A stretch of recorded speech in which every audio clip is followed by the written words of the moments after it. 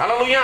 যদি আপনি চান এত বছরের খরা আমার জীবন থেকে দূর হোক, বলছে জগতের লোকের কাছে শুধু দুর্ভিক্ষ, জগতের লোকের কাছে শুধু সমস্যা, জগতের লোকের কাছে শুধুমাত্র প্রবলেম, রিজেকশন। হালেলুয়া।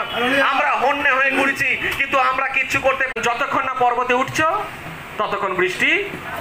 আমার প্রত্যেকটা মণ্ডলী হচ্ছে ঈশ্বরের জায়গা, সেখানে আপনি যতক্ষণ না নিজের ভুল শুধরে নিয়ে উঠবেন, যতক্ষণ আপনি মণ্ডলীতে আসবেন, নিজেকে যতক্ষণ না ঈশ্বরের সামনে নতজানু করবেন, ততক্ষণ আপনার রুক্ষ হৃদয় আশীর্বাদে পূর্ণ হবে না। বাইবেল বলছে তোমার জন্য প্রবল বৃষ্টি আসতে চলেছে। আমেন। এতদিন আপনি কি পেয়েছেন কি পাননি আমি জানি না, ঈশ্বর বলছে তুমি যাও, গিয়ে দুঃখ দুর্দশা দূর করো, চোখের জল মুছে ফেলো, গিয়ে খাওয়া দাওয়া করো, আনন্দ করো, কারণ বৃষ্টি তোমার জন্য আসতে চলেছে। আশীর্বাদের বৃষ্টি শুরু হয়ে যাবে। আমেন। সেই আশীর্বাদের বৃষ্টি কোনোদিনও থামবে না।